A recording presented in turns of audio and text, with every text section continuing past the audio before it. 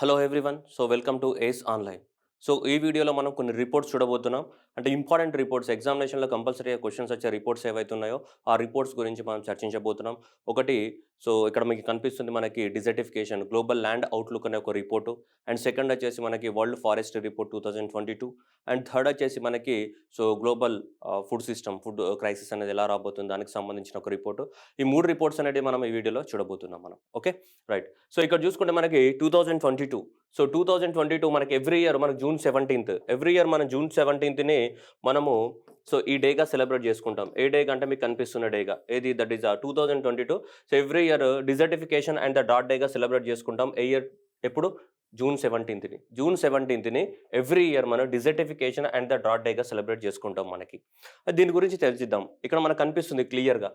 Desertification dot గాని లేదంటే desertification జరిగితే ల్యాండ్ ఎలా అవుతుందనేది మనకి ఇక్కడ కనిపిస్తుంది. ఇక్కడ చూస్తేనేమో సస్యశ్యామలంగా గ్రీనరీ ఉన్నప్పుడు ఎలా ఉంది ల్యాండ్ అనేది, వితౌట్ గ్రీనరీ ఎలా ఉందనేది మనకి ఇక్కడ క్లియర్‌గా ఇండికేషన్ కనిపిస్తుంది. This is called desertification or the drought అనేది మనకు కనిపిస్తుంది. చూద్దాం ఎందుకు సెలబ్రేట్ చేసుకుంటాం జూన్ 17థ్‌ని, దీనికి ఉన్నటువంటి రీజన్స్ ఏంటిది, గ్లోబల్ ల్యాండ్ అవుట్‌లుక్ రిపోర్ట్ ఎవరు రిలీజ్ చేశారు, దానికి ఉన్నటువంటి ప్రత్యేకత ఏంటిది, ఇవన్నిటి గురించి మనం చర్చిద్దాం. ఓకేనా. రైట్. నెక్స్ట్ స్పెయిన్ ఈ సంవత్సరానికి గాను స్పెయిన్ అనేది జూన్ 17th రోజు ఆల్రెడీ హోస్ట్ చేయడం జరిగింది. Spain is hosted the desertification and the drought day of the 2022. ఈ రోజు మనకి June 17th. June 17th every year celebrate చేసుకుంటాం.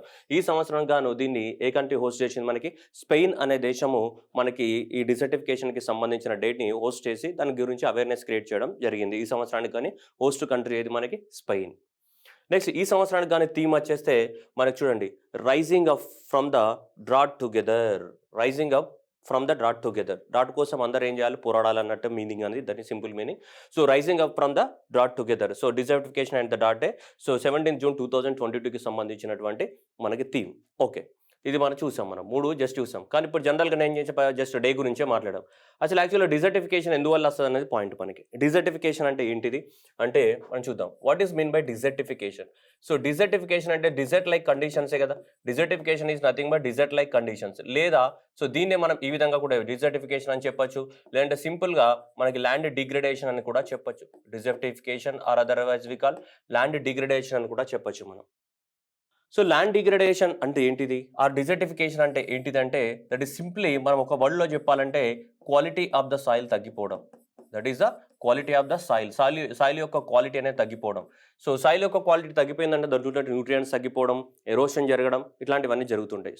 పర్టికులర్గా మనకు డిజర్టిఫికేషన్ కానీ ల్యాండ్ డిగ్రేడేషన్ కానీ మనం తెలుసుకోవాలంటే సింపుల్ టర్మ్లో ఎవరైనా అడిగినప్పుడు చెప్పాలంటే what is land degradation, what is the desertification అంటే in simple term reducing the or decreasing the quality of the soil తగ్గిపోతుంది. మరి క్వాలిటీ ఆఫ్ ద సాయిల్ ఎందుకు తగ్గిపోతుంది అన్నది పాయింటే కదా. క్వాలిటీ ఆఫ్ ద సాయిల్ అనేది ఎందుకు తగ్గిపోతుంది అంటే చాలా రీజన్స్ ఉన్నాయి మనకి. నెంబర్ 1 రీజన్ మనకి విండ్ ఎరోషన్ కానీ లేదంటే వాటర్ ఎరోషన్ కానీ. Wind erosion or otherwise we can call water erosion. Wind కానీ వాటర్ ఎరోషన్ వల్ల ఏమవుతుంది, పైన ఉన్నటువంటి లేయర్ అనేది వాష్ అవుట్ అయిపోతుంది, మీ అందరికీ తెలిసిన విషయమే. ఓకే. రైట్. మనకి పైన ఉన్నటువంటి ఇలా ఉన్నప్పుడు లేయర్ ఇలా ఉన్నప్పుడు ఈ లేయర్ పైన వర్షం పడుతున్నప్పుడు కానీ లేదంటే విండ్ వల్ల ఈ పైన ఉన్నటువంటి సాయిల్ ఏమవుతుందమ్మా, ఈ పైన ఉన్నటువంటి సాయిల్ ఏమవుతుంది, విండ్ ద్వారా లిఫ్ట్ అవ్వడం వేరే ప్రాంతానికి కానీ, లేదంటే వాటర్ ఉన్నప్పుడు వాటర్ ద్వారా వేరే ప్రాంతానికి ఏమవుతుంది, వాష్ అవుట్ అయిపోతుంటుంది మనకి కంప్లీట్గా. That is upper layer will be washed out. దేనివల్ల మనకి రెయిన్ఫాల్ వల్ల కానీ. ఒకవేళ విండ్ ఉంటే విండ్ వల్ల అదేమవుతుంది, ఆ మాలిక్యూల్స్, సాయిల్ మాలిక్యూల్స్ అనేటివి వేరే ప్రాంతానికి లిఫ్ట్ అయిపోయి వేరే ప్రాంతంలో డిపాజిట్ అవ్వడం జరుగుతుంది. కాబట్టి one of the major factor for the decreasing the quality of the soil ఏంటిదంటే మనకి ఎక్కువ మొత్తంలో ఎరోషన్ జరగడం. విండ్ ఎరోషన్ అవ్వచ్చు, లేదంటే సాయిల్ ఎరోషన్ అవ్వచ్చు, వాటర్ ఎరోషన్ అవ్వచ్చు. Water erosion and wind erosion రెండు దేన్ని కాజ్ చేస్తాయి, సాయిల్ ఎరోషన్నే కలగజేస్తాయి మనకి. రైట్. ఇది one of the major reason. ఇది కాకుండా what would be the other reasons for the land degradation or otherwise desertification conditions.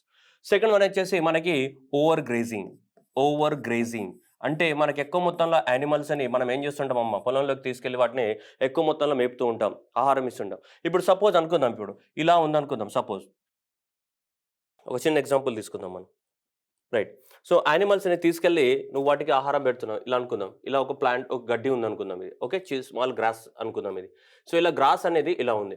ఈ గ్రాస్ అనేది ఎక్కడ ఉంటుంది, పాయింట్ సాయిల్లో ఉంటుంది. అవునా అమ్మ, గ్రాస్ అనేది సాయిల్లోనే ఉంటుంది కదమ్మా. రైట్. అందరికి క్లారిటీ ఉంది కదా అయితే. ఈ గ్రాస్ అనేది ఇలా సాయిల్లో ఉంటుంది. సో ఈ గ్రాస్ అనేది సాయిల్‌లో ఉన్నప్పుడు సపోజ్ ఇక్కడ నుంచి మనకి కౌ గాని, లేదంటే బఫెల్లో గాని ఇవన్నీ వచ్చాయనుకుందాం. కౌ గాని, బఫెల్లో వచ్చేసి దాన్ని తింటున్నాయనుకుందాం సపోజ్. దేన్ని? సో ఇక్కడ ఉన్నటువంటి దాన్ని తింటున్నాయి. సో దీన్ని తినడానికి వచ్చేసాయి కౌ గాని, బఫెలోస్. అప్పుడు ఏం చేస్తాయి దీన్ని? వాటి మౌత్ తోటి లాగుతుంటాయా లేవా వాటిని బయటకి? సో ఇలా మనం కూడా ఇట్లా తింటుంటాం కదా! మనం కూడా తిన్నప్పుడు అవి కూడా ఏం చేస్తాయి ఇలా గట్టిగా లాగేస్తాయి వాటిని. లాగుతుంటాయి కదా! ఈ గ్రాస్‌ని. గ్రాస్‌ని లాగినప్పుడు ఏమైద్దమ్మా? ఇక్కడ ఉన్నటువంటి సాయిల్ అంతా ఏమైతే లూజ్ అయిపోతది. ఇక్కడ ఉన్నటువంటి సాయిల్ అంతా ఏమైతది?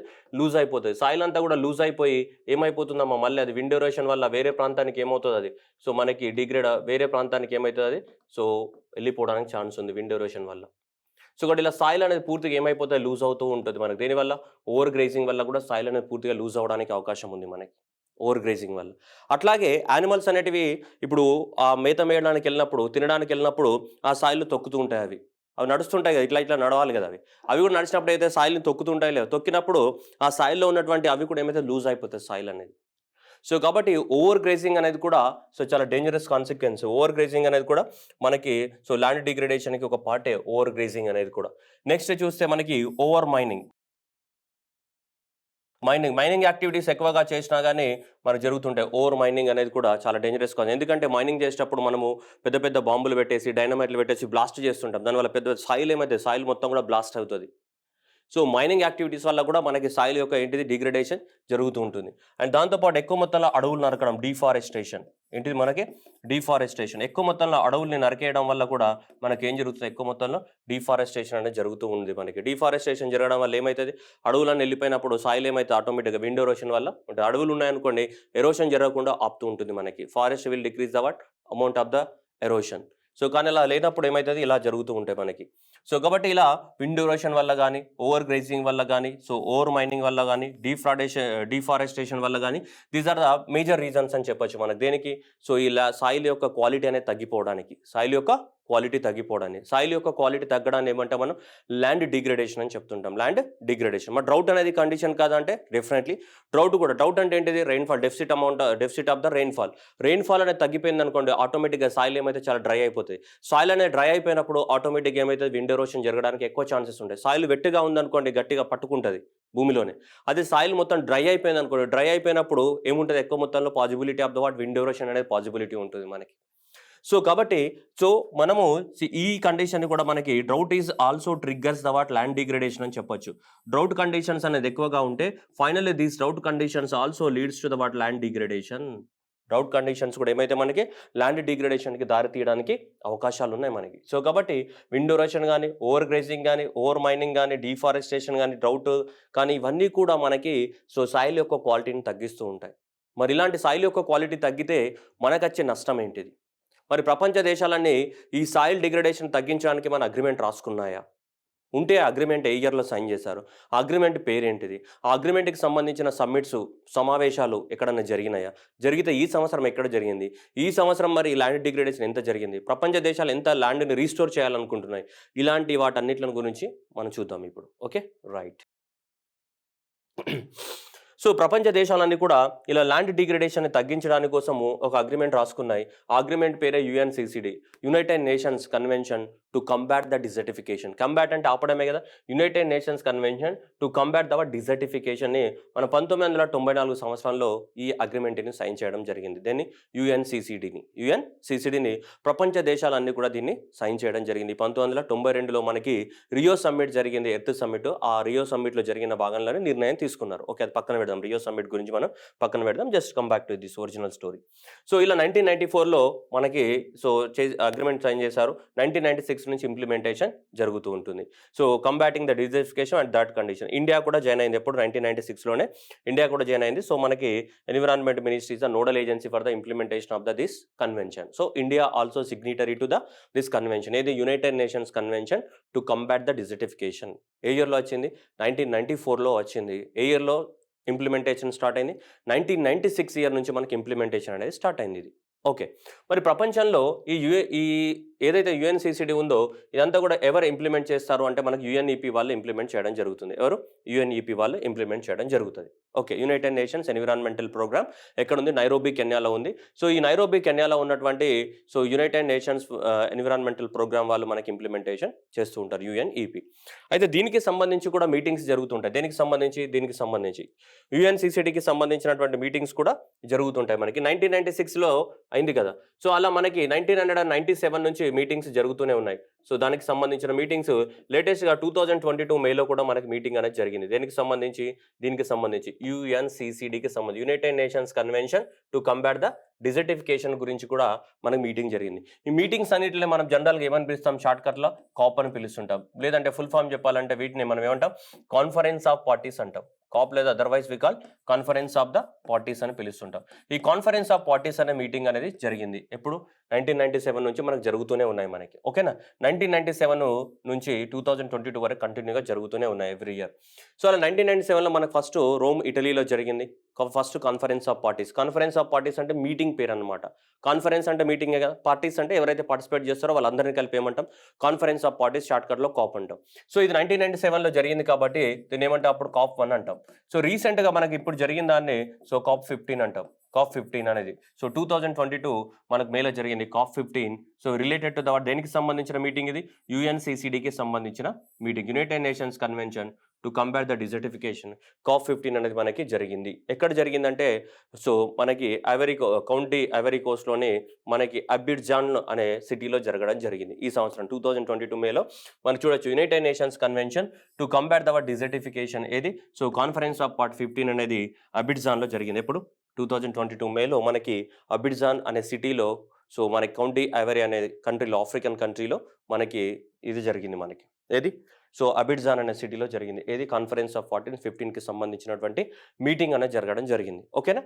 రైట్. నెక్స్ట్ అయితే ఈ మీటింగ్‌లో ఏం జరిగిందన్నది పాయింట్. ఈ కాన్ఫరెన్స్ ఆఫ్ పార్టీస్ మనకి 15థ్ ఇది అనేది జరిగింది. ఫస్ట్ మీటింగ్ ఎప్పుడో జరిగింది 1997లో. రీసెంట్‌గా 15థ్ మీటింగ్ అనేది జరిగింది. ఈ 15థ్ మీటింగ్ ఎక్కడ జరిగిందంటే which was hosted by Cote d'Ivoire. ఇక్కడ for the first time that is అబిడ్జాన్‌లో మనకి జరగడం జరిగింది. ఈ సంవత్సరం యొక్క థీమ్ వచ్చేసి land life legacy from the scarcity to the prosperity అనే థీమ్ తోటి మనకి దీన్ని సెలబ్రేట్ చేయడం జరిగింది. దేన్ని? ఈ కాన్ఫరెన్స్ ఆఫ్ పార్టీ 15 ఏదైతే ఉందో ఈ 15ని మే మంత్లో ఈ థీమ్ తోటి సెలబ్రేట్ చేయడం జరిగింది. ఏది? Land life legacy from scarcity to the prosperity అనే థీమ్ తోటి మనకి ఈ సంవత్సరం దీన్ని సెలబ్రేట్ చేయడం జరిగింది. దేన్ని? Conference of parties 15 of United Nations convention to combat the desertification అనేది మనకి ఎక్కడ?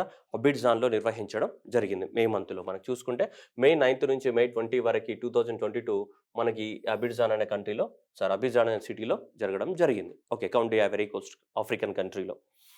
అయితే ఈ మీటింగ్‌లో భాగంగానే మనకి దాదాపు ఒక రిపోర్ట్ అనేది రిలీజ్ చేయడం జరిగింది. ఓకే. ఈ మీటింగ్‌లో భాగంగానే ఈ రిపోర్ట్ రిలీజ్ చేశారు. గ్లోబల్ ల్యాండ్ అవుట్‌లుక్ అనే రిపోర్ట్ జరగడం జరిగింది. గ్లోబల్ ల్యాండ్ అవుట్‌లుక్ అనే ఒక రిపోర్ట్‌ని రిలీజ్ చేయడం జరిగింది. ఏ మీటింగ్‌లో? ఈ అబిడ్జాన్ జరిగినటువంటి United Nations convention to combat the డిజర్టిఫికేషన్‌లో ఈ గ్లోబల్ ల్యాండ్ అవుట్‌లుక్ అనే ఒక రిపోర్ట్‌ని రిలీజ్ చేశారు. ఈ గ్లోబల్ ల్యాండ్ అవుట్‌లుక్ ఏం చెప్తుంది? దీనిలో ఉన్నటువంటి ఇంపార్టెంట్ పాయింట్స్ ఏంటిదనేది మనం మాట్లాడాలి. అయితే మరి కాన్ఫరెన్స్ ఆఫ్ పార్టీస్ మనం చెప్పాం. కాన్ఫరెన్స్ ఆఫ్ పార్టీస్ ఫస్ట్ అది రోమ్ ఇటలీలో జరిగింది. ఎప్పుడు? 1997లో అన్నాం. మరి అంతకుముందు కాప్ 14 ఇండియాలో ఎప్పుడైనా జరిగిందా అంటే జరిగింది. లాస్ట్ ఇయర్ మనకి జరిగింది ఇండియాలో 2019లో జరిగింది. కాప్ 14 2019లో జరిగింది. ఇప్పుడు కరోనా వల్ల మళ్ళీ జరగలేదు. ఇప్పుడు 2022లో జరిగింది. ఇది మనకి న్యూఢిల్లీలో జరిగింది. మనకి ఇండియాలో ఒకేసారి జరిగింది. న్యూఢిల్లీలో 19లో జరిగింది. ఇప్పుడైతే మనకి ఎక్కడ జరిగింది? మనకి అబిడ్జాన్లో జరిగింది. ఎక్కడ? అబిడ్జాన్ అనే సిటీలో కౌంటీ ఐవరీ కోస్ట్‌లో జరిగింది. కాప్ 14 అండ్ ద కాప్ 15 అయితే 2019 మనకి ఢిల్లీలో జరిగింది. ఫస్ట్ వన్ రోమ్ ఇటలీలో జరిగింది. రైట్. ఇప్పుడు ఇది 14 ఇది అంటే 15లో జరిగింది. మరి 2019 ఇండియాలో జరిగింది కదా. 2019 ఇండియాలో జరిగినప్పుడు ఇండియా కూడా ఒక ప్రతిజ్ఞ చేసింది. ఒక ప్లెడ్జ్ చేయడం జరిగింది. ఇదేంటిది? గ్లోబల్ అవుట్‌లుక్ ఎప్పుడు రిలీజ్ చేశారు? మొన్న రిలీజ్ చేశారు మేలో 2020లో.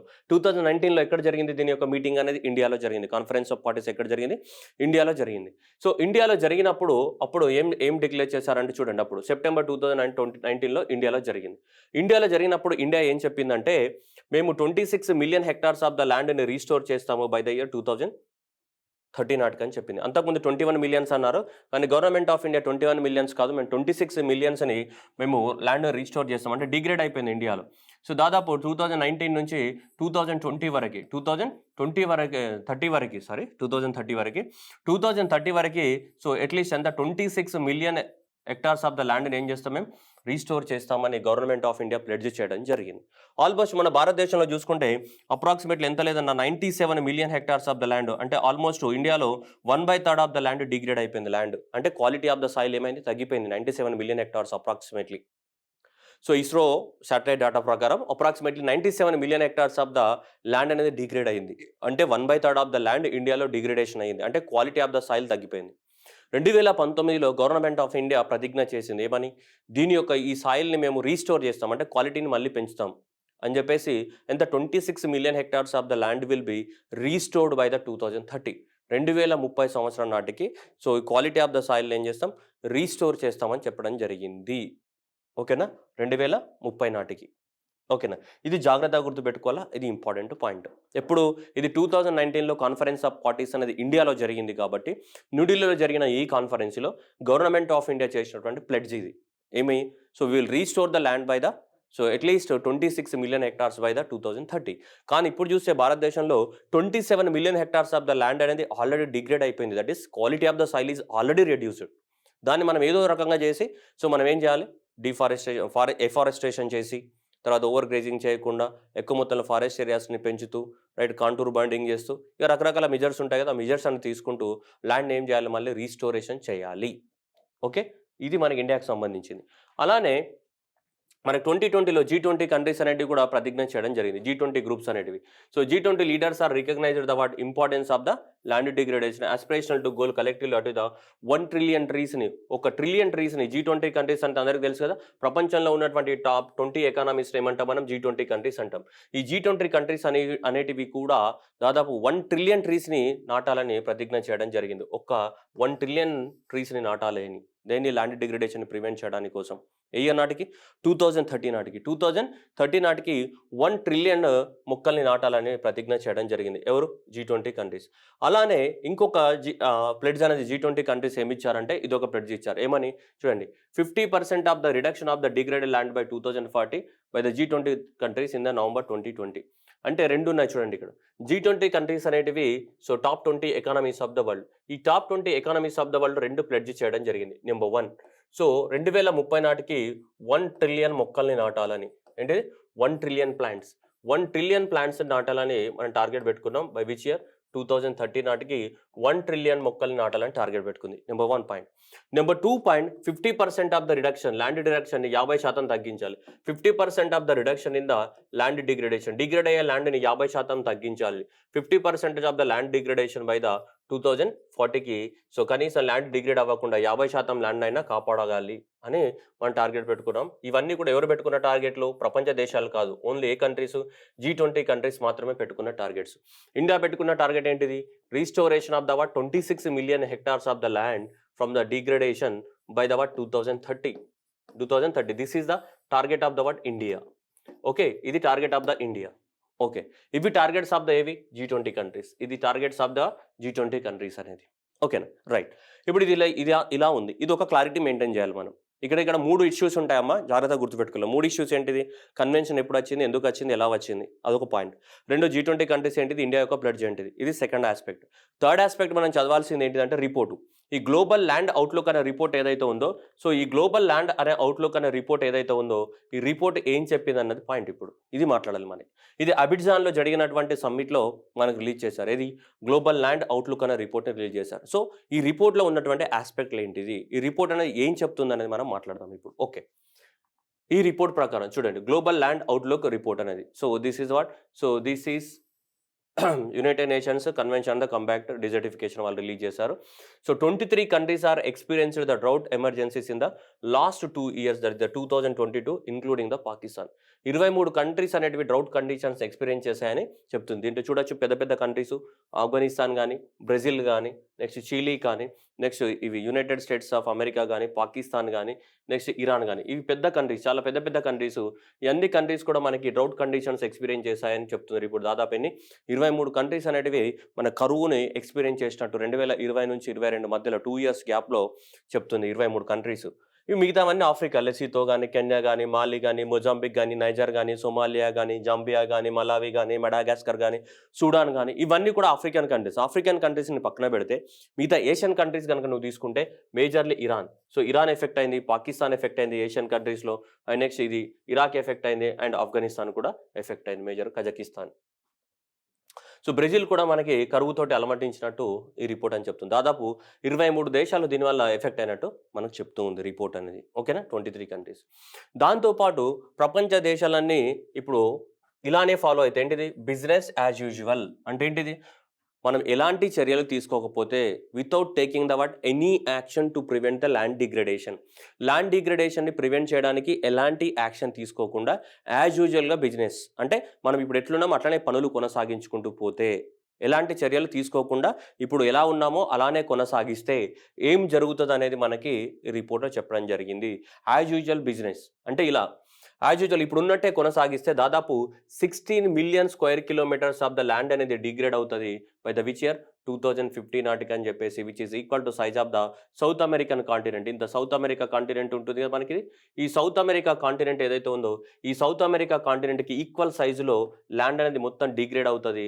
So that is the 16 million square kilometres of the land అనేది డిగ్రేడ్ అవుతుంది బై విచ్ ఇయర్ 2050 నాటికి, 2050 నాటికి మనకి ఇంత ల్యాండ్ అనేది డిగ్రేడ్ అవుతుందని చెప్పేసి మనకి రిపోర్ట్ అనేది చెప్తుంది. ఎంత, 16 million square kilometres of the land. ఎప్పుడు మనం ఎలాంటి చర్యలు తీసుకోకుండా ఇప్పుడు ఎలా ఉన్నామో అలానే కంటిన్యూ చేస్తే, ఒకవేళ గవర్నమెంట్ డిఫరెంట్ కంట్రీస్లో మనకి United Nations convention to combat the desertification అనే కన్వెన్షన్ ఉంది కదా, ఆ కన్వెన్షన్లో ఉన్న కంట్రీస్ అన్నీ కూడా వాళ్ళ దేశాలలో చెట్లను పెంచడం, వాళ్ళ దేశాలలో కావాల్సిన చర్యల్ని తీసుకోవడం జరిగితే దీన్ని ప్రివెంట్ చేయొచ్చు.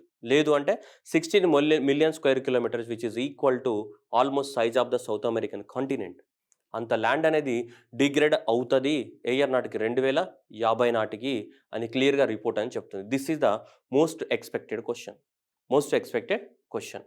ఓకేనా, దానివల్ల సో ఇలా జరిగితే లాంగ్ టర్మ్లో ఏం ఇంపాక్ట్ ఉంటుంది అనేది మనకు తెలుసు. క్వాలిటీ ఆఫ్ ద సాయిల్ తగ్గిపోయినప్పుడు డెఫినెట్గా దేని మీద ఇంపాక్ట్ పడుతుంది మనకి, 12 to 4% of the agriculture productivity అనేది తగ్గిపోతుంది. అగ్రికల్చర్ కానీ, గడ్డి భూములు కానీ, గ్రాస్ ల్యాండ్స్ కానీ, వీటి యొక్క ప్రొడక్టివిటీ తగ్గిపోతుంది. ఎందుకంటే వీటి యొక్క ప్రొడక్టివిటీ అనేది purely depends upon the quality of the soil. మన ల్యాండ్ డిగ్రేడేషన్ అంటే ఏమి చెప్పాం, క్వాలిటీ ఆఫ్ ద సాయిల్ అనేది చెప్పి. So quality of the soil అనేది పడిపోతూ ఉంది అంటే డెఫినెట్గా క్వాలిటీ ఆఫ్ ద సాయిల్ పడిపోతుందంటే that is obviously that is impact on the productivity of the agriculture productivity అనేది.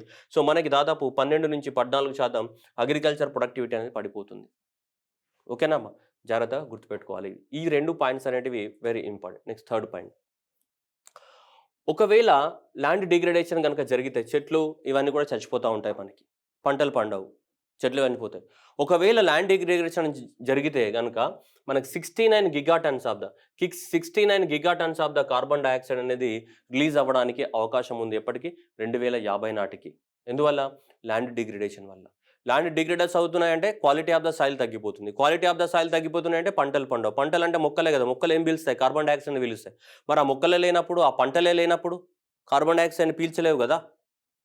Carbon dioxide, someone has to absorb the carbon dioxide. Who will absorb? Most of the carbon dioxide is absorbed by the crops only, what we are cultivating today. మరి ఆ crops పండవు ఎప్పుడు, quality of the soil తగ్గినప్పుడు. So కాబట్టి అలా 69 gigatons of the carbon dioxide అనేది మనకి release అవ్వడానికి అవకాశం ఉంది. సో ఎప్పుడు, దేనివల్ల, ల్యాండ్ డిగ్రేడేషన్ జరగడం వల్ల. సో 2050 నాటికి అని రిపోర్ట్ చేస్తుంది.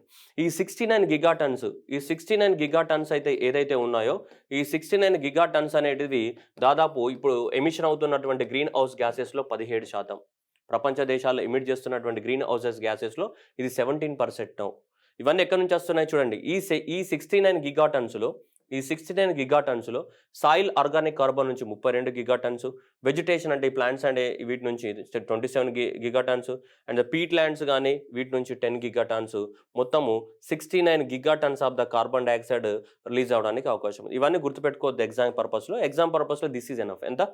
69 which is equal to 17% of the global greenhouse gas emissions. 17% of the global greenhouse gas ఎమిషన్స్కి ఈక్వల్ ఇది 17% అనేది. సో ఇంత ఎమిట్ అవ్వడానికి మనకి ఛాన్స్ ఉందని చెప్పేసి రిపోర్ట్ చెప్తుంది. ఏ రిపోర్టు? గ్లోబల్ ల్యాండ్ అవుట్లుక్ అనే రిపోర్ట్ అని చెప్తుంది. మరి రీస్టోరేషన్ చేయాలి. ఎంత రీస్టోరేషన్ చేయాలనేది పాయింట్. ఎంత రీస్టోరేషన్ చేయాలని, ఎంత రీస్టోరేషన్ చేయాలి, మరి దీన్ని ఆపాలి అంటే ఇట్ ఈస్ అజ్యూమ్స్ అని చెప్తుంటాడు. ఈ రిపోర్ట్ ఏం చెప్తుంది? Assumes that restoration of the what మనకి 5 బిలియన్ హెక్టార్స్ లేదా 50 మిలియన్ స్క్వేర్ కిలోమీటర్స్ అనేది మనము చేయాలి. That is the 35% of the global land area అని చూద్దాం. ఇప్పుడు 2050 నాటికి మీరు అర్థం చేసుకోవాలి, కన్ఫ్యూజ్ అవుతూ ఉంటారు రిపోర్ట్లలో, బుజ్జి అర్థం చేసుకోవాలి. రైట్ బై మనం ఏమన్నాం? 2050 నాటికి ఇప్పుడు ఎలాంటి చర్యలు తీసుకోకపోతే 16 మిలియన్, అదే అన్నాం కదా మనం, 16 million square kilometres of the land ఏమవుతుంది? డిగ్రేడ్ అవుతుంది అని చెప్తున్నాం. ఇయర్ నాటికి 2050 నాటికి. అంటే ఇది ఎస్టిమేషన్. కానీ అంతకుముందే ఇప్పుడు ఆల్రెడీ మనకి ఇప్పుడు 2050 నాటికి ఇది ఫ్యూచర్లో జరగబోయేది. అంతకుముందే చాలా ఎకరాల ల్యాండ్ అనేది డిగ్రేడ్ అయిపోయింది కదా. సో ఇప్పుడు కొత్తగా జరిగేది అండ్ ఆల్రెడీ పాతగా ల్యాండ్ ఆల్రెడీ డిగ్రేడెడ్ ల్యాండ్ ఉంది మనకి. ఇవన్నిట్ల నుంచి మనం కాపాడుకోవాలంటే దాదాపు 50 million square kilometres of the ల్యాండ్ని ఏం చేయాల్సి ఉంది? మనకి రీస్టోరేషన్ చేయాల్సి ఉంటుంది.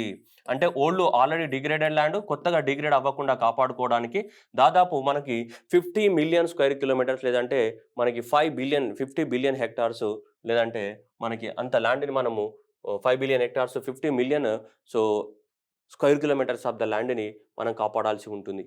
ఓకేనా? సో చాలా చాలా ఇంపార్టెంట్. అయితే మరి ప్రస్తుతం ఉన్నటువంటి ప్రపంచ దేశాలు 50 million square kilometres of the ల్యాండ్ని రీస్టోర్ చేద్దామని అనుకోవట్లేదు.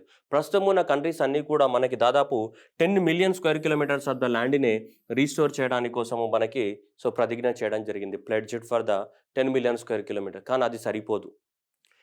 మనకి ఎంత కావాలి? రీస్టోర్ చేయాలి, మళ్ళీ ఎకలాజికల్ బ్యాలెన్స్ని మెయింటైన్ చేయాలి అంటే 50 million square kilometres of the ల్యాండ్ని రీస్టోర్ చేయాలి బై ద 2050. కానీ ఇప్పుడు చేసేది ఎంత? 10 మిలియన్ స్క్వేర్ కిలోమీటర్లే. ఒకవేళ చేయకపోతే ఇప్పుడు యాజ్ యూజువల్గా బిజినెస్ కంటిన్యూ అవుతే ఇంకా ఎక్స్ట్రాగా అడిషనల్గా 16 మిలియన్ స్క్వేర్ కిలోమీటర్స్ అనే ల్యాండ్ డిగ్రేడ్ అవ్వడానికి అవకాశం ఉంది. అడిషనల్గా పాత దాని గురించి మాట్లాడితే మన కొత్తగానే ఇంకా 16 మిలియన్ స్క్వేర్ కిలోమీటర్ల డిగ్రేడ్ అవ్వడానికి ఛాన్స్ ఉంది. ఎప్పటికి 2015కి. ఇక పాతది లెక్కనే లేదు. పాతదాన్ని రీస్టోర్ చేయాలి, కొత్తది డిగ్రేడ్ అవ్వకుండా ఆపాలి. అలా చేయాలంటే రిపోర్ట్ ఏం చెప్తుంది? కనీసం 50 million square kilometres of the ల్యాండ్ని రీస్టోర్ చేయాలి 2050కి అని చెప్తుంది. కానీ ప్రపంచ దేశాలన్నీ కూడా 10 మిలియన్ స్క్వేర్ కిలోమీటర్స్ మాత్రమే చేస్తాయని చెప్పాయి. ఇప్పుడున్న కరెంట్ సినేరియో ఎంత? 10 మిలియన్ స్క్వేర్ కిలోమీటర్స్ మాత్రమే చేస్తామని చెప్తున్నాయి. సో మరి ఇది ఏమాత్రమూ సరిపోదు, ఖచ్చితంగా మనం రిస్క్లో ఉంటామనేది డైరెక్ట్గా చెప్తుంది మనకి. ఓకేనా? రైట్, చేద్దాం. రీస్టోరేషన్కి సంబంధించి ఇది.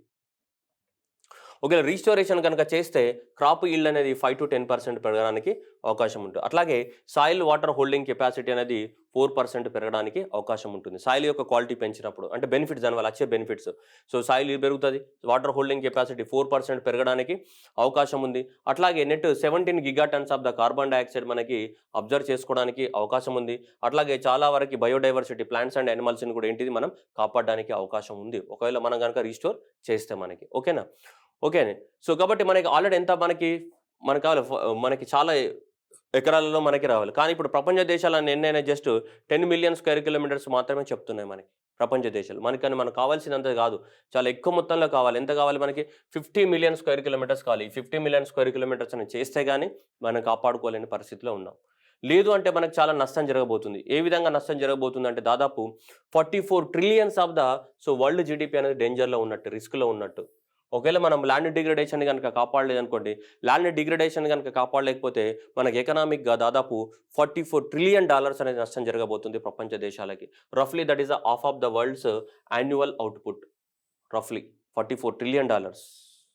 సో కాబట్టి మనకు ఎక్కువ మొత్తంలో మనకి ఇన్వెస్ట్మెంట్ పెట్టాల్సిన అవసరం అనేది ఉంది. సో లేకపోతే మాత్రం కష్టమే.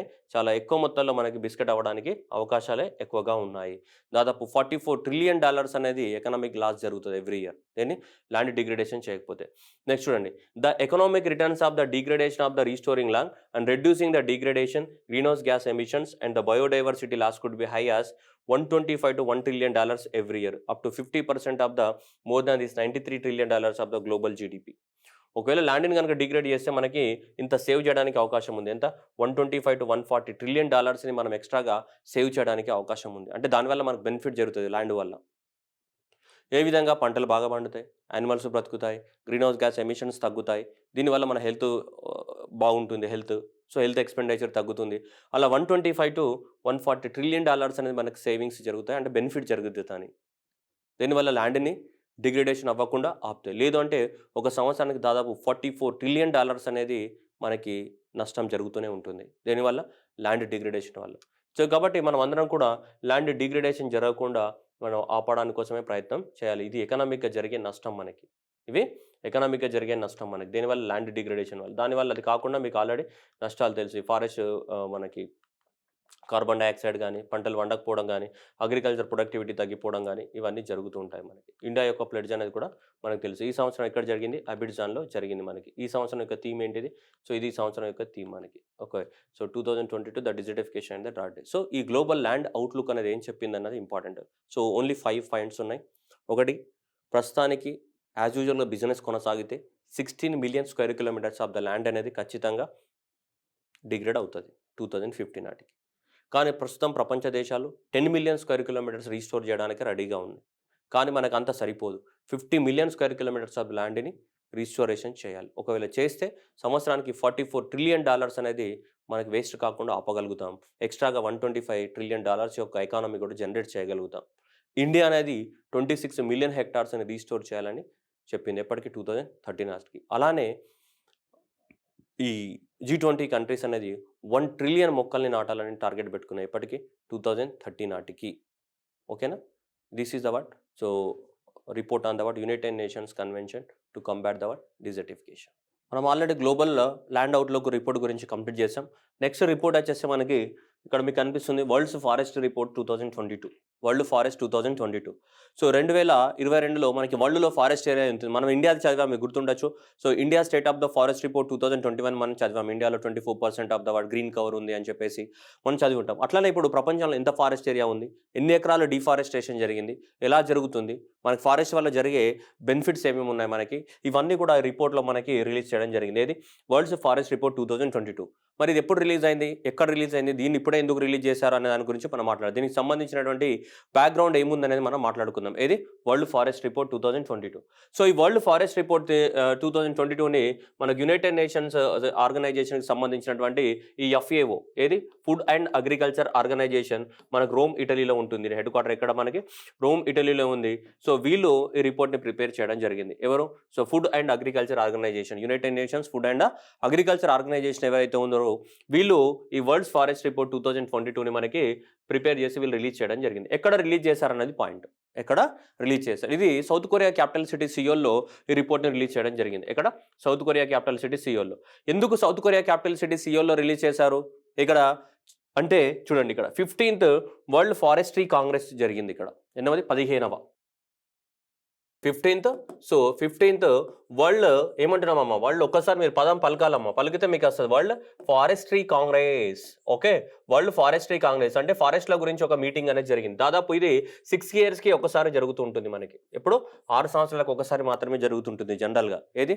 World Forestry Congress. ఈ వరల్డ్ ఫారెస్ట్రీ కాంగ్రెస్ అనేది 6 yearsకి ఒకసారి జరుగుతుంది. ఈ సంవత్సరానికి గాను మనకు 2022 సంవత్సరంలో జరిగింది. 2022 సంవత్సరంలో ఈ వరల్డ్ ఫారెస్ట్రీ కాంగ్రెస్ అనేది మనకు సౌత్ కొరియా క్యాపిటల్ సిటీ ఇక్కడ సియోల్లో జరగడం జరిగింది. అందువల్లనే ఈ వరల్డ్ ఫారెస్ట్రీ కాంగ్రెస్లో వాళ్ళు రిలీజ్ చేసినటువంటి ఏదైతే రిపోర్ట్ ఉంటుందో దాన్ని సియోల్ డిక్లరేషన్ కూడా అనొచ్చు. ఏమని? Seoul declaration. వాళ్ళ మీటింగ్లో మాట్లాడుకున్న మాటలు ఉంటాయి కదా, ఆ మాటలన్నీ కూడా ఒక రిపోర్ట్ రూపంలో రిలీజ్ చేస్తారు. దాన్ని సియోల్ డిక్లరేషన్ అంటాం. అదే ఆ సమ్మిట్లో భాగంగానే మనకి వరల్డ్ ఫారెస్ట్ 2022 రిపోర్ట్ కూడా రిలీజ్ చేయడం జరిగింది. మరి ఇది ఎప్పటి నుంచి స్టార్ట్ అయింది అంటే 1926 నుంచి జరుగుతుంది. World Forestry Congress. First world Forestry Congress అనేది 1926లో ఇటలీ క్యాపిటల్ సిటీ రోమ్లో జరిగింది. So it will be conducted once in every 6 years లోపల కండక్ట్ చేయడం జరుగుతుంది. ఈ సంవత్సరానికి గాను 15th వరల్డ్ కాంగ్రెస్ అనేది మనకి సో 2 నుంచి 6 మే వరకు 2022 వరకు మనకి ఇక్కడ సౌత్ కొరియా క్యాపిటల్ సిటీ మనకి సియోల్లో జరగడం జరిగింది. ఎప్పుడు సో 2 మే నుంచి సో 6 వరకు 2022లో మనకి ఏ థీమ్ తోటి సమ్మిట్ అనే వరల్డ్ ఫారెస్ట్రీ కాంగ్రెస్ అనేది ఈ మీటింగ్ అనేది దేనితో కండక్ట్ చేశారు? Building A green and the healthy resilient future అని చెప్పేసి సో ఇది మనకి కండక్ట్ చేయడం జరిగింది. ఏమన్నా building green healthy resilient future with the forest అనే థీమ్ తోటి ఈ మీటింగ్ని కండక్ట్ చేసాం. ఏది వరల్డ్ ఫారెస్ట్రీ కాంగ్రెస్ మీటింగ్ని మనం కండక్ట్ చేయడం జరిగింది. ఫస్ట్ టైం ఎప్పుడు జరిగింది 1926లో. ఇక ఏషియా కాంటినెంట్కి వస్తే ఏషియా కాంటినెంట్లో జరగడం ఇది రెండవసారి మాత్రమే. ఫస్ట్ టైం మనకి 1978లో ఇండోనేషియాలో జరిగింది ఫస్ట్ వరల్డ్ ఫారెస్ట్రీ కాంగ్రెస్. ఎక్కడ ఏ కాంటినెంట్లో? ఏషియా కాంటినెంట్లో ఇప్పటివరకు జరగలేదు, అసలు ఇండియాలో ఇప్పటివరకు జరగలేదు. అందులో ఏషియాలో ఎక్కడ జరిగింది? ఇండోనేషియాలో జరిగింది. ఇది సెకండ్ టైం మనకి ఏషియాలో జరగడం. ఎక్కడ జరిగింది? ఇప్పుడు సౌత్ కొరియాలోని క్యాపిటల్ సిటీ సియోలో జరిగింది. ఏషియా కాంటినెంట్లో జరగడం ఇది రెండవసారి మాత్రమే. ఫస్ట్ టైం 1978లో ఇండోనేషియాలో జరుగుతాయి ఈ కాంగ్రెస్. ఇప్పుడు 2022లో మనకి సియోల్లో జరిగింది. ఏషియాలో జరగడం రెండవసారి. ఫస్ట్ ఎప్పుడు జరిగింది? 1926 నుంచి స్టార్ట్ అవుతున్నాయి. ఎన్ని సంవత్సరాలకు ఒకసారి జరిగితే 6 సంవత్సరాలకు ఒకసారి జరిగింది. ఈ సంవత్సరం ఎక్కడ జరిగింది? సియోల్లో. దాని యొక్క థీమ్ ఏంటిది? మనకి ఇక్కడ ఉంది building A green healthy and resilient futures with what forest అనే థీమ్ తోటి జరిగింది. ఈ సమ్మిట్లో మనకు ఆ రిపోర్ట్ రిలీజ్ చేయడం జరిగింది. ఏది వరల్డ్ ఫారెస్ట్ రిపోర్ట్ అనే రిపోర్ట్ అనేది డిక్లేర్ చేయడం జరిగింది. The participants of the World Forestry Congress endorsed the declaration which is popularly known as Seoul declaration. So Seoul declaration పేరుతో మనకి డిక్లేర్ చేశారు. ఏమన్నాడు చూడండి Seoul declaration. Investment in the forest and the landscape for the restoration is globally needs triple the 2032 meet the what international commitments. Okay, just wait, మీకు అర్థం అవడానికి కోసం ఒక్క నిమిషం ఆగాలి మీరు.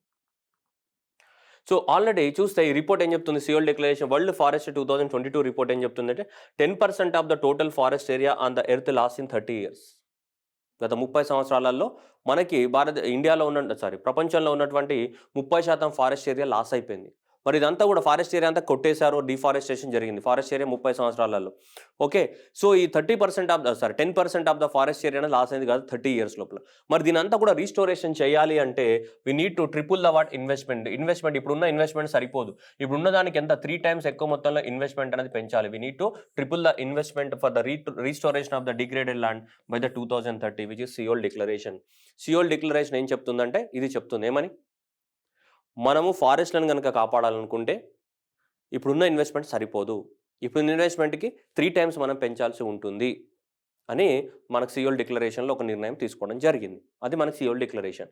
సో మరి state of the world forest report 2022, ఈ వరల్డ్ ఫారెస్ట్ రిపోర్ట్ 2022 కూడా ఇదే సమ్మిట్లో రిలీజ్ చేయడం జరిగింది. మరి ఈ రిపోర్ట్లో ఏముందనే దాని గురించి మనం ముచ్చటగా 3 ముక్కలు మాట్లాడుకుందాం. ఏది world state of the forest report 2022 ఏం చెప్తుంది అని. సో ఈ ఫారెస్ట్ రిపోర్ట్ 2022 ఏం చెప్తుందంటే మనకు సర్ఫేస్ ఆఫ్ ద ఎర్త్ ఇదే కదమ్మా. ఈ సర్ఫేస్ ఆఫ్ ద ఎర్త్ పైన ఎంత ఉందట? జస్ట్ 31% మాత్రం ఫారెస్ట్ ఏరియా ఉందట. కిतना है बेटा? 31%. 31% మాత్రమే ఏముందట? ఫారెస్ట్ ఏరియా ఉందని చెప్తున్నాడు. ఈ 31% equal to approximately 4 billion hectares land area. ఎంత ఈ ఫారెస్ట్ ఏరియా ఎంత అమ్మా? మనకి 4 billion hectares of the forest area ఉంది. ఓకేనా? So 4 billion hectares of the forest ఏరియానే ఉంది ఇప్పుడు ఆల్రెడీ. దాంట్లో 420 మిలియన్ హెక్టార్స్ అనేది నష్టపోయాం. గత 30 సంవత్సరాలలో మనకి 420 million hectares which is equal to 10% of the total forest area అనేది మనం పోవడం జరిగింది. డిఫారెస్టేషన్ నష్టపోయాము, డిఫారెస్టేషన్ జరిగింది. ఫారెస్ట్లు కట్ చేయడం కానీ, ఇండస్ట్రియలైజేషన్ కానీ, రోడ్లు వేయడానికి కానీ, రైల్వేస్ వేయడానికి కోసం కానీ, లేకుంటే దొంగతనాల టింబర్ కోసం కానీ, ఇలా రకరకాలుగా మనకి ప్రపంచంలో 10% ఆఫ్ ద ఫారెస్ట్ ఏరియా అనేది మనకి నష్టం జరిగింది. దాదాపు 10% అనేది లాస్ అయింది. ఎప్పటి నుంచి?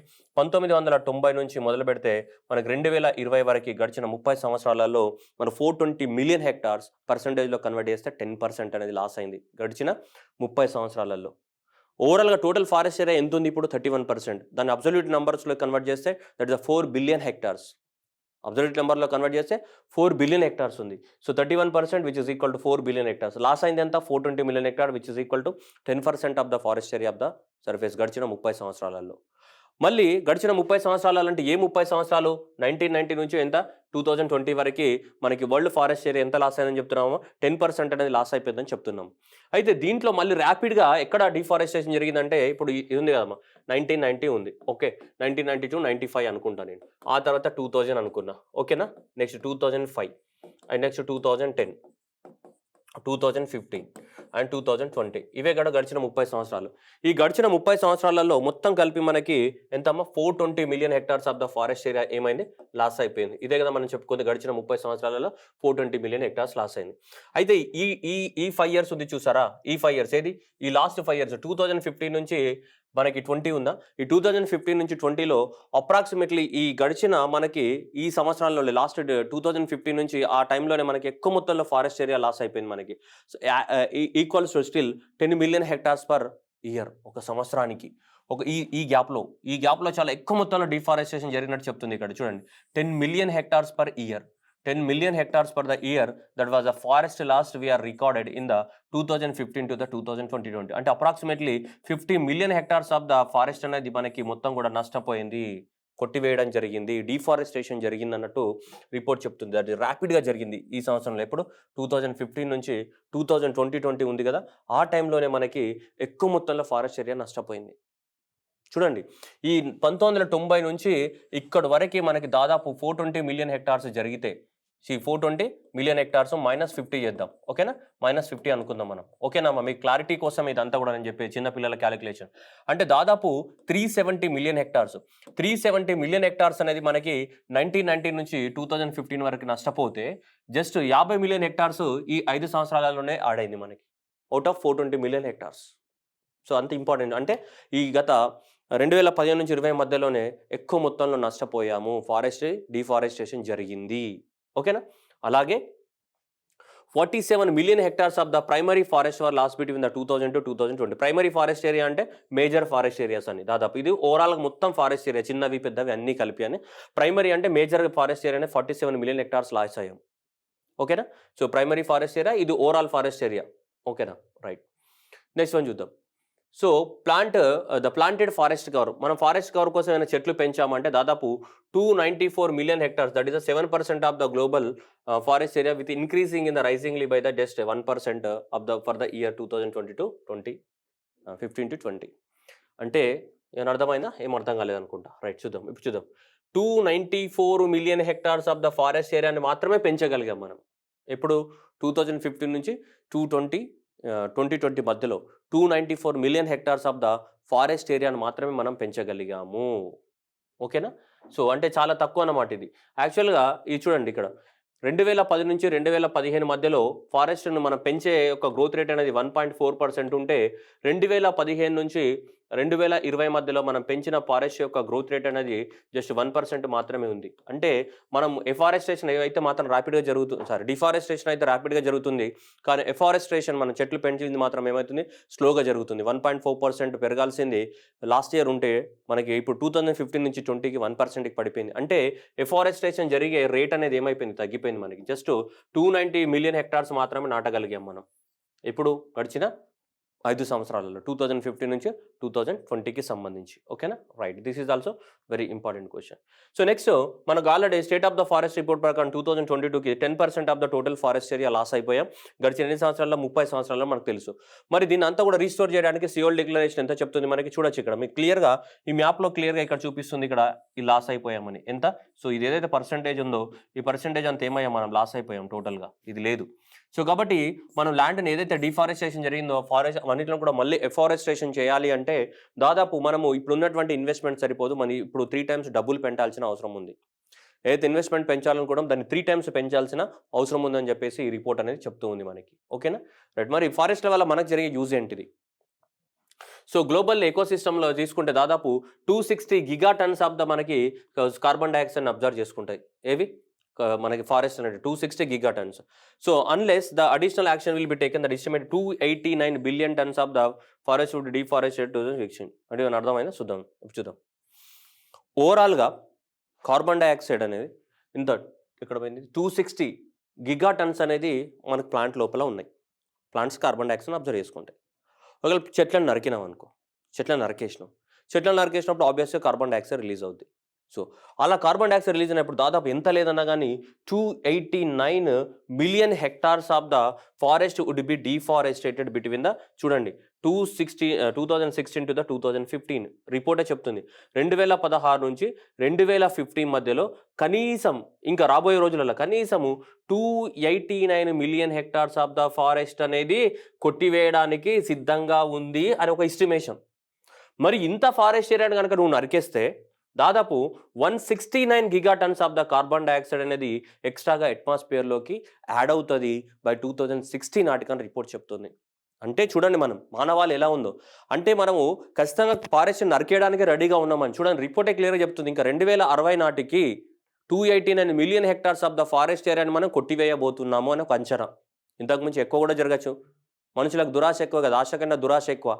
సో, కాబట్టి దురాశకి దుఃఖానికి చేటన్నట్టుగా సో, ఇలా ఎక్కువ మొత్తంలో ఫారెస్ట్ నరుక్కుంటూ పోతే కార్బన్ డయాక్సైడ్ ఎక్కువ మొత్తం రిలీజ్ అవుతది. అలా చూసుకుంటే మనకి 169 gigatons of the carbon dioxide release అవ్వడానికి అవకాశం ఉంది. If you deforest our 289 million hectares of the forest area by 2060. కాబట్టి ఇది ప్రపంచానికి ఉన్న డేంజర్ ఇది. చాలా డేంజర్ పొంచి ఉంది మనకి. సో, అనే మనకి ఈ రిపోర్ట్ చెప్తుంది. అట్లాగే కన్జంప్షన్. మనకి ఫారెస్ట్ నుంచి వచ్చేటువంటి ఏవైతే ప్రొడక్ట్స్ ఉంటాయో, చాలా రకాల ప్రొడక్ట్స్ ఉంటాయి. టింబర్ ఉంటాయి, లాక్ ఉంటది, చింతపండు ఉంటది. ఇవన్నీ రకరకాలు ఉంటాయి కదా! ఫారెస్ట్ మ్యాంగోస్ ఇవన్నీ రకరకాల ఫారెస్ట్ నుంచి వచ్చే ప్రొడక్ట్ మనం ఎంత వాడుతున్నామంటే 92 బిలియన్ టన్స్ వాడుతున్నాం ఫారెస్ట్ నుంచి వచ్చేవి ప్రొడక్ట్స్. 92 బిలియన్ టన్స్ నుంచి 190 బిలియన్ టన్స్‌కి పెరగబోతుంది 2060 నాటికి. ఎందుకంటే పాపులేషన్ సైజ్ పెరగడం వల్ల ఇవన్నిట్ల వల్ల మన ఫారెస్ట్ నుంచి వచ్చేది 190 బిలియన్ టన్స్ ఆఫ్ ద మనకి కన్జంప్షన్ పెరగబోతుంది. ఏ ప్రొడక్ట్స్ పైన? ఫారెస్ట్ నుంచి వచ్చే ప్రొడక్ట్స్ పైన 190 బిలియన్ టన్స్ అనేది మనం తినబోతున్నాం. అప్పటి నుంచి వచ్చే ఏ ప్రొడక్ట్ అయినా అవ్వచ్చు consumption. Right now we are having only 92 billions. So, ఈ 92 బిలియన్స్ అనేది కన్జంప్షన్ ఉంది. ఎక్కడి నుంచి? ఫారెస్ట్ నుంచి వచ్చే ప్రొడక్ట్స్ గానీ ఏవైనా ప్రొడక్ట్స్‌ని. ఇవన్నీ కూడా మనకి 190 బిలియన్స్ పెరగడానికి ఛాన్సెస్ ఉంది బై విచ్ ఇయర్ 2030 నాటికి. ఓకే. రైట్. సో, 60 నాటికి. సో, ఇప్పుడు next one 25% of the total material demand today met by the biomass and the remainder is by the non renewable energy sources like annual biomass extraction increase 9 billion tons in the 1972, 24 billion tons in the 2017 and expected to 44 billion turns by the 2060 నాటికి. 44 billion turns 2060 నాటికి. అంటే biomass అంటే ఏంటిది? మనకి forest ద్వారా లభించే products ఏవైతే ఉన్నాయో వాటి ద్వారా వచ్చే బయోమాస్, వేస్ట్ మెటీరియల్స్ ఏవైతే ఉన్నాయో వాటికి సంబంధించి. లేదంటే బయోమాస్ అంటే మనకి వేస్ట్ మెటీరియల్ అన్న కన్నా కూడా మనము ఎగ్జాంపుల్ ఏం చెప్పాలి? బయోమాస్ అంటే టింబర్ లాంటివి అనుకుందాం. టింబర్ లాంటివి. సో, కాబట్టి అలా annual biomass extraction is increase 9 billion tons to 24 billion tons in 2017 and next 44 billion టన్స్‌కి ఇవి పెరగడానికి అవకాశం ఉంది. ఏంటిది? మనం ఫారెస్ట్ మీద డిపెండ్ అయ్యి బతికే ప్రొడక్ట్స్ ఇవన్నీ కూడా. అంటే అంత ప్రొడక్షన్ యొక్క కన్జంప్షన్ బయోమాస్ మీద డిపెండ్ అవుతున్నాము. అలానే ఓవరాల్‌గా ఫారెస్ట్ ప్రొడక్ట్ అనేది 190 బిలియన్ టన్స్ పెరగడానికి అవకాశం ఉంది మన కన్జంప్షన్ లెవెల్ ఫారెస్ట్ మీద. ఇవైతేనేమో ఫారెస్ట్ మీద డిపెండ్ అయ్యి బతికే అవసరాలేమో పెరుగుతున్నాయి. కానీ ఫారెస్ట్ ఏరియా మాత్రం తగ్గుతుంది. ఎలా తగ్గుతుంది? ఇప్పుడే చెప్తిమి. 289 మిలియన్ హెక్టార్స్ తగ్గడానికి అవకాశం ఉందని. ఇదేమో ఫారెస్ట్ ఏరియానేమో తగ్గుతూ పోతుంది డిఫారెస్టేషన్. కానీ ఫారెస్ట్ మీద డిపెండ్ అయ్యి బతికే పర్సెంటేజ్ మాత్రం పెరుగుతూనే ఉంది. మన ఫారెస్ట్ మీద అవసరాలు పెరుగుతూనే ఉన్నాయి. సో, 289 ఇది 190 బిలియన్ టన్స్ కానీ ఇక్కడ మనకు పెరుగుతూనే ఉన్నాయి. Expected to reach 44 billion turns by the 260. ఇవి పెరుగుతూనే ఉన్నాయి. ఇవి మాత్రం పెరుగుతూనే ఉన్నాయి. కన్జంప్షన్ లెవెల్స్ మాత్రం ఏమైనాయి? తగ్గుతూనే ఉన్నాయి. సార్ డిఫారెస్టేషన్ అనేది పెరుగుతుంది. కన్జంప్షన్ లెవెల్ కూడా పెరుగుతున్నాయి. ఫారెస్ట్ ఏరియా మొత్తం తగ్గిపోతా ఉంది. మరి ఇట్లా అయితే ఎట్లా? ప్రపంచం ఆగుతుందా? ఆగదు. అదే ఈ రిపోర్ట్ అనేది చెప్తూ ఉంది. సో, కాబట్టి వెరీ వెరీ ఇంపార్టెంట్. ఒక సంవత్సరానికి ప్రపంచంలో మన జీడీపీ కనుక చూసుకుంటే ఆల్మోస్ట్ యావరేజ్‌గా 84 ట్రిలియన్ టన్స్ 84 ట్రిలియన్స్ అనేది జస్ట్ ఫారెస్ట్ మీద డిపెండ్ అయింది మనకి. 84.4 ట్రిలియన్ టన్స్ అనేది మనకి ఫారెస్ట్ మీద డిపెండ్ అయింది జీడీపీ. అంటే ఫారెస్ట్ అనేది ఎంత ఇంపార్టెంట్ అనేది మీరు అర్థం చేసుకోవాలి మనకి. కానీ అలా ఉన్న ఫారెస్ట్‌లని కొట్టిపడేస్తున్నాం మనం. ఎంత కొట్టిపడేస్తున్నాం అంటే అవసరం లేదు అని. ఒకవేళ ఫారెస్ట్‌లను కొట్టిపడేసామనుకో definitely rise in the infectious diseases that is the 15% of the 250 emerging infection diseases have been recorded. ఫ్యూచర్‌లో ఎక్కువ మొత్తంలో మనకి జీకా వైరస్ లాంటివి గానీ ఇట్లాంటివి గానీ కొత్త మనకి ఎక్కువ మొత్తంలో డిసీజెస్ రావడానికి అవకాశం ఉంది. ఏం కొట్టేయడం వల్ల? ఫారెస్ట్‌లను కొట్టేయడం వల్ల, నరికివేయడం వల్ల. జికా వైరస్ కానీ, ఎబోలా వైరస్ కానీ ఇవన్నీ కూడా ఎక్కడి నుంచి వచ్చాయి? ఫారెస్ట్ ఏరియాస్ నుంచి వచ్చాయి. నువ్వు ఫారెస్ట్‌ని నరుక్కుంటూ పోతే ఆ వైరస్‌లన్నీ ఏమైతాయి? మన మీద అటాక్ చేస్తాయి. సో కాబట్టి there is a possibility that 15% of the 250 emerging infections అనేటివి మనకు పెరగడానికి అవకాశం ఉందని రిపోర్ట్ చెప్తుంది మనకి. ఏది వరల్డ్ ఫారెస్ట్ రిపోర్ట్ 2022. అట్లానే the cost of the global strategies to prevent the pandemics ఇది కూడా ఇంకా పెరుగుతుంది. Increasing of their surveillance estimated 22 billion tons నుంచి మనకి 31 బిలియన్ టన్స్కి మనకి పెరగడానికి అవకాశం ఉంది. దేన్ని ఈ కరోనా లాంటివి కానీ ఎబోలా లాంటివి కానీ వైరస్లు ఉన్నాయా వాటిని ప్రివెంట్ చేయాలంటే ఏం చేయాలి? మరి ఫారెస్ట్ అయితే కట్టి ఎత్తున్నావు, మరి వాటిని తట్టుకోవాలంటే మనం డబ్బులు ఖర్చు పెట్టాలి. ఆ డబ్బులు ఖర్చు పెట్టేదంతా ఇప్పుడు 22 బిలియన్స్ ఖర్చు పెడుతున్నావు. ఇది 22 బిలియన్స్ నుంచి ఎంతకు వెళ్తుంది? మనకి 31 బిలియన్స్ పెరగడానికి అవకాశం ఉంది. Approximately 124 million more people will fall into the extreme poverty after COVID-19, and this may have the longer impacts on the wood-based fuels such as ఈ ఫారెస్ట్ బేట్ నుంచి వచ్చే వుడ్ బేస్డ్ ఫ్యూల్స్ ఏవైతే ఉన్నాయో వాటిని ఇంకా ఎక్కువ మొత్తంలో ఇంపాక్ట్ చూపుతుంది పాపం. ఆల్రెడీ కరోనా వల్ల 124 మిలియన్ పీపుల్స్ అనేవాళ్ళు పావర్టీలోకి వెళ్ళారు. ఈ ఫారెస్ట్లను కూడా కట్ చేసుకుంటూ పోతే ఈ 120 పీపుల్ అనేవాళ్ళు ఇంకా ఎఫెక్ట్ అవ్వడానికి అవకాశం ఉంది. ఓకేనా? మరి ఏం చేయాలి దీనికి అంటే చూడొచ్చు మనకి. సో దట్ ఈస్ ఏం చేయాలి? Halting the deforestation and maintain the forest. Deforestation తగ్గించాలి. Next restoring the degraded lands and expanding the forestry.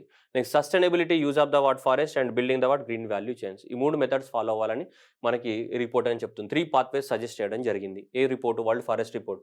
So ఏంటిది? హాల్ట్ చేయాలని, ఆపేయాలి. ఏంటి? ఆల్మోస్ట్ డిఫారెస్టేషన్ ఆపేయాలి, maintain the forest areas and restoring the degraded lands and expanding the agroforestry and sustainability using the forest and building the green pathways అనే 3 pathways ని suggest చేయడం జరిగింది.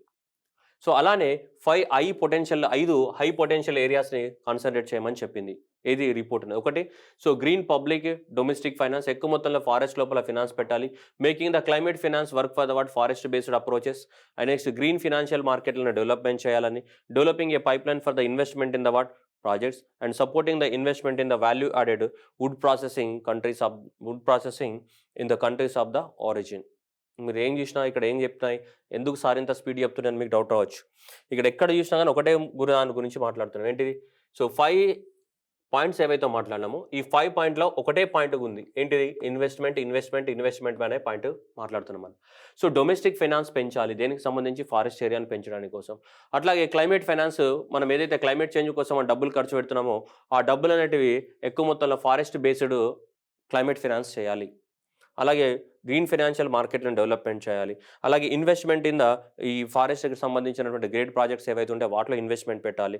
So ఇవన్నీ కూడా చేయాలి. వాల్యూ యాడెడ్ చైన్స్లలో ఇన్వెస్ట్మెంట్ పెట్టాలి ఎక్కువ మొత్తంలోని. ఈ 5 స్టెప్స్ తీసుకోవాలని చెప్పారు.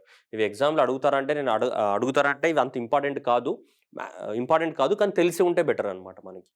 ఇవే ఎగ్జామినేషన్ ఇట్లనే అడుగుతారని కాదు, ఏదో నీకు అనలైటికల్గా అడుగుతారు తప్ప ఇవే సెంటెన్స్లు ఇట్లా ఇస్తాడని కాదు. సో కాబట్టి ఇది నీకు జస్ట్ అనలైటికల్ నీకు అర్థమైతే చాలు. నీకు 5 పాయింట్స్ ఏమున్నాయి, ఈ 3 ఫోకస్ ఏరియాస్ చెప్పడం జరిగింది. Restoring the degraded lands, deforestation ఆపాలి, రీగ్రేడెడ్ ల్యాండ్స్ని కాపాడాలి, అండ్ ఫారెస్ట్ అని కొట్టేయకుండా వాటి యొక్క లాంగ్ టర్మ్లో సస్టైనబిలిటీని మెయింటైన్ చేయాలి. సో లేదంటే రైజ్ ఆఫ్ ద ఇన్ఫెక్షన్స్ వస్తుంటాయి, ఎక్స్ట్రీమ్ పావర్టీలోకి వెళ్ళిపోవడానికి ఛాన్సెస్ ఉంటాయి మనకి ఎక్కువ మొత్తంలో. సో ఇవన్నీ జరగడానికి అవకాశం ఉంది మనకి. పెద్ద ఇన్ఫెక్షియస్ డిసీజెస్ స్ప్రెడ్ అవ్వడానికి ఛాన్సెస్ ఎక్కువ మొత్తంలో ఉన్నాయి. సో ఇవి కార్బన్ డైఆక్సైడ్ రిలీజ్ అవ్వడం కానీ, ఎక్కువ మొత్తంలో బయోమాస్ కన్జంప్షన్స్ పెరగడం కానీ, ఇవన్నీ ఇంపాక్ట్స్ ఉంటాయి మనకి. అందువల్ల సో మనకి కనీసము ఇప్పుడు ఉన్నటువంటి ఫారెస్ట్ ఏరియాలు అన్నిటిని కూడా రీస్టోర్ చేయాలంటే ఇప్పుడు ఉన్నటువంటి ఇన్వెస్ట్మెంట్ని 3 టైమ్స్ పెంచాల్సిన అవసరం ఉంది. Thank you everyone. Our next report వచ్చేస్తే మనకి global food policy. So global food policy report 2022. So ఈ నేమ్తో రిలీజ్ అనేది మీకు కనిపిస్తుంది, global food policy report 2022, the climate change and the food systems. అంటే క్లైమేట్ చేంజ్ అనేది అంటే టెంపరేచర్ పెరగడం. Climate change is nothing but temperature ఇంక్రీజే కదా. సో ఈ టెంపరేచర్ ఇంక్రిమెంట్ వల్ల, టెంపరేచర్ చేంజెస్ వల్ల అది మన ఫుడ్ సిస్టమ్ మీద ఎలా ఇంపాక్ట్ చూపుతుంది, how climate change is impacting on the food system అనే పేరుతోటి మనకి so global food policy report 2022ని రిలీజ్ చేయడం జరిగింది. That is climate change impact on the food system. సింపుల్గా చెప్పాలంటే climate change and food systems అనే పేరుతోటి ఈ రిపోర్ట్ని రిలీజ్ చేశారు. ఇది global food policy report.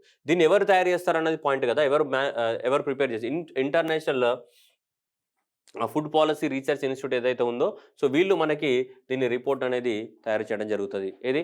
International Food Policy research institute. మనకి ఫుడ్ అన్నా కానీ ఇమీడియట్గా ఇక్కడికి వెళ్ళిపోతుంది. ఏది? FAOకి వెళ్ళిపోతుంది. FAO వాళ్ళు ప్రిపేర్ చేయలేదు దీన్ని.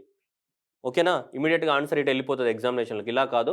సో, ఇది ప్రిపేర్ చేసిన వాళ్ళు ఎవరు International Food Policy Research Institute prepare చేయడం జరిగింది. దేన్ని గ్లోబల్ ఫుడ్ పాలసీ రిపోర్ట్ 2022ని గ్లోబల్ ఫుడ్ పాలసీ రిపోర్ట్ 2022ని that is International Food Policy Research Institute అనేది వాళ్ళు ప్రిపేర్ చేయడం జరిగింది. ఓకేనా?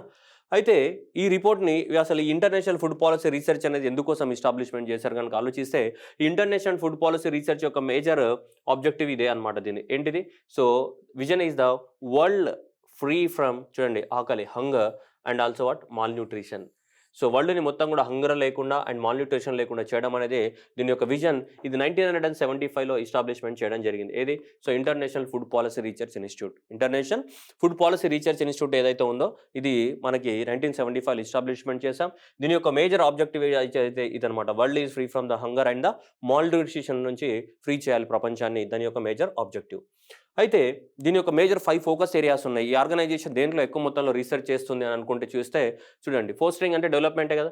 Development climate resilient and sustainable food supply గాని, నెక్స్ట్ వచ్చేసి మనకి promoting the healthy diets and the nutrition for the all and building A inclusive and efficient markets and transforming the agriculture and the rural economics and strengthening of the institutions and the governance అనే ఈ 5 focus areas మీద ఎక్కువ మొత్తంలో మనకు research చేస్తూ ఉంటుంది. ఏది? International Food Policy Research institute అనేవాళ్ళు. ఓకేనా? రైట్. ఎగ్జామినేషన్‌లో అడుగుతారంటే అడగరు. బట్ మనకు అవగాహన ఉండాలి కదా! ఏం చేస్తుందనేది. సో, కాబట్టి ఈ 5 ఏరియాస్ పైన మనకు ఎక్కువ మొత్తంలో రీసెర్చ్ చేస్తూ ఉంటుంది ఇది. సో, దీని యొక్క విజన్ అనేది ఏంటి? World is free from the hunger and the malnutrition అనేది 1975లో ఎస్టాబ్లిష్‌మెంట్ అయింది. వీళ్ళు రిలీజ్ చేసిన రీసెంట్ రిపోర్ట్ పేరు ఏంటిది? Global food policy report. అంటే క్లైమేట్ చేంజ్ అనేది రాబోయే రోజులలో ఫుడ్‌ని ఎలా ఇంపాక్ట్ చేస్తుంది అనేది మనకి ఈ రిపోర్ట్‌లో చెప్పబడింది. Global food policy report 2022. అయితే దీంట్లో మనకేముందనేది చూద్దాం. మన ఇండియన్ సినారియో. ఓకే. ఇక్కడ ఆర్ అనేది ఎక్స్‌ట్రా పడింది. But anyway okay. Indian scenario. So, దీంట్లో చూసుకుంటే మనకి మాట్లాడదాం. ఏం జరుగుతుంది? ఏం చెప్పదలుచుకుంది ఈ రిపోర్ట్ అనేది మనం మాట్లాడితే చూడండి. దేనివల్ల? క్లైమేట్ చేంజ్ వల్ల. క్లైమేట్ చేంజ్ అంటే ఏంటిదమ్మా? టెంపరేచర్ పెరగడమే కదా! సో, ఒకవేళ టెంపరేచర్ పెరగడాన్ని కన్సిడరేషన్‌లోకి తీసుకుంటే అంటే ఫ్యూచర్‌లో క్లైమేట్ చేంజ్ వల్ల సో, ఇండియాస్ ఫుడ్ ప్రొడక్షన్ చూడండి ఏమైతే పెరుగుతుందో తగ్గుతుంది డ్రాప్. 16% అనేది డ్రాప్ అవుతుంది. అలానే ఇండియాలో ఆకలితో బాధపడే వాళ్ళ సంఖ్య కూడా 23% పెరగడానికి ఛాన్స్ ఉంది. బై విచ్ ఇయర్ 2030 అని ఈ రిపోర్ట్ చెప్తుంది. అగ్రికల్చర్ ప్రొడక్షన్ అనేది 16% పడిపోవడం. అలాగే 23% ఎవరు? ఈ సంఖ్య పెరగడానికి అవకాశం ఉంది. ఏది? హంగరీతో సఫర్ అయ్యే పీపుల్. హంగర్‌తో సఫర్ అయ్యే పీపుల్ యొక్క పర్సెంటేజ్ అనేది 23% పెరగడానికి అవకాశం ఉంది. The number of the Indians at the risk from the hunger in the 2030 is expected to చూడండి 73.9 మిలియన్ పీపుల్ అనే వాళ్ళు మనకి ఆకలితో బాధపడడానికి అవకాశం ఉందని చెప్తున్నారు. ఒకవేళ అదెప్పుడు? Without adding the impact of the climate change. ఒకవేళ క్లైమేట్ చేంజ్ టెంపరేచర్ పెరుగుతుంది కదా! ఆ టెంపరేచర్ పెరిగే ఇంపాక్ట్‌ని కూడా నువ్వు యాడ్ చేసుకుంటే క్రాప్ ప్రొడక్షన్ తగ్గిపోతది. క్రాప్ ప్రొడక్షన్ తగ్గిపోయినప్పుడు number of the people from the starvation increase అవుతుంటది. అలా గనక తీసుకుంటే నీకు 90.6 మిలియన్‌కి పెరగడానికి అవకాశం ఉంది. దేనిపైన? If you consider the impact of the climate change. నార్మల్‌గా అయితే దాదాపు 73.9 అంటే ఎంత? 74. 74 మిలియన్ పీపుల్ మనకు సఫర్ అవ్వడానికి అవకాశం ఉంది. ఎంత? 74 మిలియన్ పీపుల్. ఈ 74 మిలియన్ పీపుల్ మళ్ళీ ఎంత నీకు? 90.6 మిలియన్‌కి పెరగడానికి అవకాశం ఉంది. If you consider the climate change as a factor. Climate change అనే ఫ్యాక్టర్‌ని కూడా కన్సిడరేషన్‌లోకి తీసుకుంటే నీకు అంత పెరగడానికి అవకాశం ఉంది. అలానే ఫుడ్ ప్రొడక్షన్ ఇండెక్స్ అనేది కూడా తగ్గుతుంది ఇండియాలో. సో, 1.6 నుంచి 1.5కి తగ్గడానికి అవకాశం ఉంది. ఓకేనా? సో, అవెవర్ క్లైమేట్ చేంజ్ అనేది ఇంపాక్ట్ చూపినా గానీ పర్ క్యాపిట ఒకరు కన్జంప్షన్ చేసే ఫుడ్ మాత్రము 2030 నాటికి అంతే ఉండబోతుంది ఇండియాలో. 2600 kilo calories per capita per day ఒక పర్సన్. సో, ఇంత ఫుడ్ తీసుకోవడానికి అవకాశం ఉంది. అలాగే క్లైమేట్ చేంజ్ వల్ల 2.4 నుంచి 4.4 డిగ్రీ సెల్సియస్‌కి టెంపరేచర్ పెరగడానికి అవకాశం ఉందంట ఇండియాలో బై ద ఇయర్ 2100 నాటికి. సో, దానివల్ల కూడా ఆటోమేటిక్‌గా 16% ఏమైతుంది మనకి ఫుడ్ ప్రొడక్షన్ పడిపోతుంది. 23% నంబర్ ఏమైతుంది? పెరుగుతుంది. ఒకవేళ 74 మిలియన్స్ ఆల్రెడీ సఫర్ అవ్వడానికి అవకాశం ఉంది. క్లైమేట్ చేంజ్ అనేది ఇంకా ఇంపాక్ట్ గనక యాడ్ చేస్తే ఎక్కువ పెరిగితే 90 మిలియన్స్ వరకు నంబర్ పెరగడానికి అవకాశం ఉంది. అలాగే ఫుడ్ ప్రొడక్షన్ ఇండెక్స్ అనేది 1.6 నుంచి 1.5కి పడిపోతుందని రిపోర్ట్ చెప్తుంది. అలానే ఇండియాలో పర్ క్యాపిటా ఎవరేజ్ కన్జంప్షన్ అనేది 2600 క్యాలరీస్ అలానే ఉంది. అలాగే ఇండియా యొక్క టెంపరేచర్ 2.4 నుంచి 4.4కి పెరగడానికి అవకాశం ఉందని ఈ రిపోర్ట్ చెప్తుంది. అలానే ప్రపంచంలో తీసుకుంటే almost 60% over the 2000 food production అనేది పెరుగుతుంది. ప్రపంచంలో ఫుడ్ ప్రొడక్షన్ పెరగడానికి అవకాశం ఉందని చెప్తుంది. ఎంత? 60% ఫుడ్ ప్రొడక్షన్ పెరుగుతుంది. అండ్ మీట్ ప్రొడక్షన్ అనేది ఎక్కువ మొత్తంలో పెరగడానికి అవకాశం ఉందని చెప్తుంది. South Asia and west central ఆఫ్రికాలో 2030 నాటికి ట్రిపుల్ అవుతాయని చెప్తుంది. అండ్ 2050 నాటికి ట్రిపుల్. సో ఏది మనకి 2030 నాటికి డబుల్ అండ్ 2050 నాటికి ట్రిపుల్ అవ్వడానికి అవకాశం ఉందంట. ఏది? మన మీట్ ప్రొడక్షన్. ఓకేనా? ఇది ప్రపంచంలో. ఇక ప్రపంచంలో చూసుకుంటే దాదాపు ఒక్కొక్క పర్సన్ అనేవాడు దాదాపు 300 calories per day, so kilo calories per day consumption చేయడానికి అవకాశం ఉంది ప్రపంచంలో. అలానే దాదాపు అన్ని రీజన్‌లో ఆఫ్రికా గాని, ఏషియా గాని రీజనల్ డిఫరెన్సెస్ అన్ని కన్సిడరేషన్‌లోకి తీసుకుంటే ఒక్కొక్క దేశంలో ఒక్కొక్క రకంగా ఫుడ్ ఉంటది కదా! సో ఇక రీజనల్ డిఫరెన్సెస్ అని తీసుకుంటే దాదాపు 500 మిలియన్ పీపుల్ అనేవాళ్ళు గ్యారంటీగా ఆకలితో బాధపడడానికి అవకాశం ఉంది. ఖచ్చితంగా 70 మిలియన్ పీపుల్ అయితే ఖచ్చితంగా ఆకలితో బాధపడతారు. Mostly in the east and south eastern Africa దేశాలలో ఉంటారని చెప్తుంది. అంటే 500 మిలియన్ పీపుల్ చూడండి ఇక్కడ ఒకసారి చదవండి. సెంటెన్స్ క్లియర్‌గా చదవండి అమ్మా. 500 million people are projected to remain at the risk of going hungry. 500 million పీపుల్‌కి ఛాన్సెస్ ఉన్నాయి దేంట్లోకి? ఆకలితో బాధపడడానికి. దాంట్లో బాధపడడానికి ఛాన్సెస్ ఉన్నాయి. కానీ ఖచ్చితంగా 70 మిలియన్ పీపుల్ అయితే కంపల్సరీ పోతారు.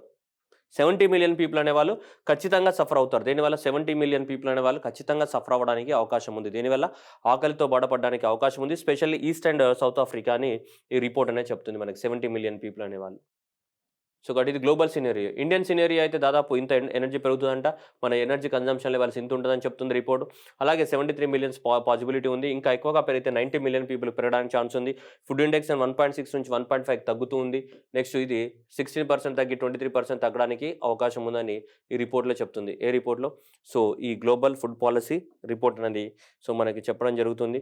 సో ఈ రిపోర్ట్ అనేది ప్రిపేర్ చేసిన వాళ్ళు ఎవరు? This International Food Policy Research Institute అనేది ప్రిపేర్ చేయడం జరిగింది. ఎవరు? International Food Policy Research Institute అనే వాళ్ళు ఈ రిపోర్ట్ రిలీజ్ చేశారు. ఏ పేరుతోటి? Climate change and food systems అనే పేరుతోటి మనకి రిపోర్ట్‌ని రిలీజ్ చేయడం జరిగింది. గ్లోబల్ ఫుడ్ పాలసీ రిపోర్ట్ 2022ని. ఓకేనా? ఈ 3 రిపోర్ట్స్ అనేవి చాలా చాలా ఇంపార్టెంట్ మనకి ఎగ్జామ్ పాయింట్ ఆఫ్ వ్యూలో. Okay. Thank you everyone and all the best.